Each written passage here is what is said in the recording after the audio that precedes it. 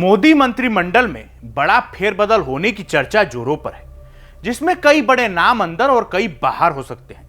मिल रही खबर के अनुसार देश के कई बड़े मंत्रियों को उनके विभाग से आउट किया जा सकता है। लेकिन इससे पहले एक बड़ी खबर आ रही है कि पहले बीजेपी अपने संगठन में बदलाव करेगी, उसके बाद ही मंत्रिमंडल में फेरबदल की संभावना है। अब इस बात में कितनी सच्चाई है ये तो वक्त बताएगा, लेकिन इस फेरबदल में क्या बदलाव होगा और किसको संगठन में जिम्मेदारी मिलेगी, आइए जानते हैं विस्तार से। नमस्कार, मैं हूं मुचकुंद राय और आप देख रहे हैं भारत एक्सप्रेस।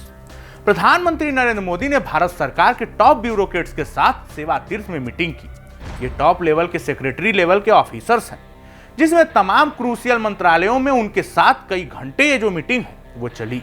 यह मीटिंग उस समय आ रही है जब यह बात चर्चा में है कि जो भारत का मंत्रिमंडल है, जो मोदी सरकार का मंत्रिमंडल है, उसमें फेरबदल होने वाला है। लेकिन आज हम आपको सिर्फ 5 पॉइंट्स में यह समझाने की कोशिश करेंगे कि इस मीटिंग से क्या निकल कर आया और मंत्रिमंडल में फेरबदल को लेकर क्या सूचना आई।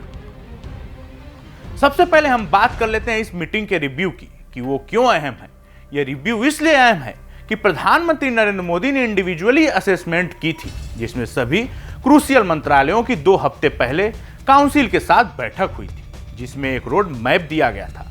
अब जो सेक्रेटरीज के साथ मीटिंग है उसमें भी इस बात के ऊपर चर्चा की गई कि ये जो रोड मैप है इसे किस तरह से जमीनी स्तर पर लागू किया जाएगा, ताकि इसके जो बेनिफिट्स हैं वो आम आदमी तक पहुंच सके।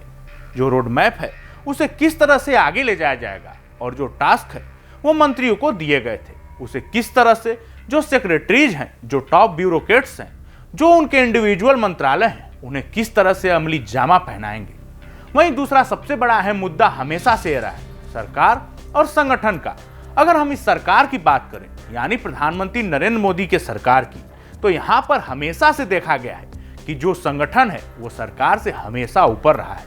तो ऐसे में यह भी चर्चा है कि पहले जो यह फेरबदल है, जो मंत्रिमंडल का फेरबदल है, उससे पहले नितिन नवीन की टीम का फेरबदल होगा, यानी पहले संगठन में फेरबदल होगा। नितिन नवीन की जो नई टीम की बात हो रही है, चर्चा हो रही है, वह जो पहले है वह अनाउंस की जाएगी और उसके बाद ही मंत्रिमंडल में फेरबदल किया जाएगा। लेकिन यह मीटिंग इसलिए भी इंपॉर्टेंट है क्योंकि यह मानकर आप चलो कि दोनों ही संगठन में भी और सरकार में भी अब उन्होंने यह तय कर लिया है कि उनको रिसेट मोड करने की जरूरत है, क्योंकि इनका फैक्टर है वो जनता के बीच में आ गया है। इसको लेकर माना जा रहा है नितिन नवीन जो है अपनी जल्दी नई टीम के अनाउंस करने वाले हैं।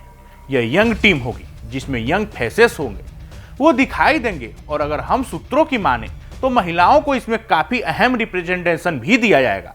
उनकी जो तादाद है, जो उनके नंबर्स हैं, उनमें जो है वह एक वृद्धि होगी।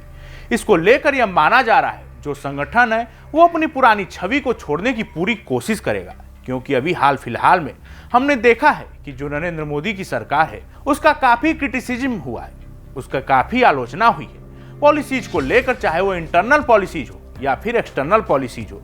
क्या कंट्रोवर्सीज है भारतीय जनता पार्टी के सामने मानसून सेशन से पहले, इसके बारे में भी हम यह कहां पर चर्चा कर लेते हैं। इंटरनल सिक्योर इंटरनल इश्यूज की अगर हम बात करें तो सबसे बड़ा मुद्दा नीट का इशू है।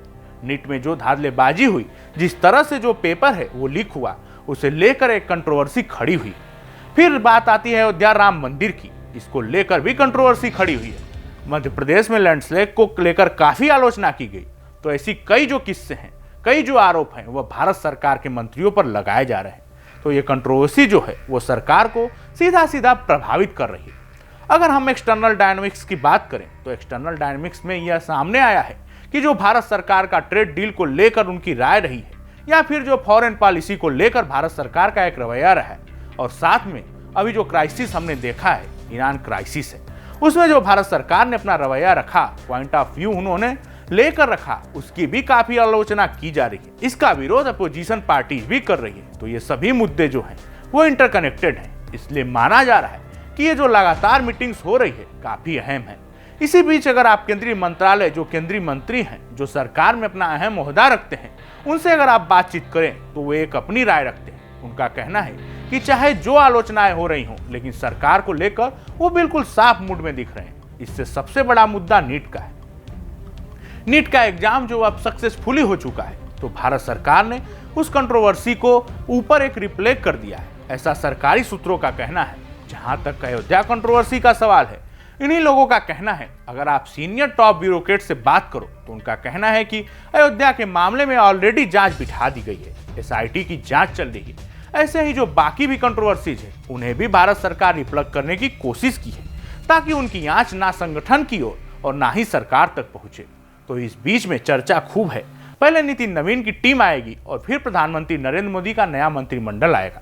लेकिन ये सब सिर्फ चर्चा में है, क्योंकि भारतीय जनता पार्टी ऐसा संगठन है जिसको लेकर आप कुछ भी दावे से नहीं कह सकते, क्योंकि डिस्कशन हो सकती है, लेकिन जहां तक इंफॉर्मेशन का सवाल है, माना जाता है कि जो इंफॉर्मेशन है वो सिर्फ एक आदमी के पास ही है और वही डिसाइड करते हैं, चाहे मंत्रिमंडल हो या फिर संगठन में कुछ बदलाव लाने की बात हो, वो कब होगा ये किसी को पता नहीं।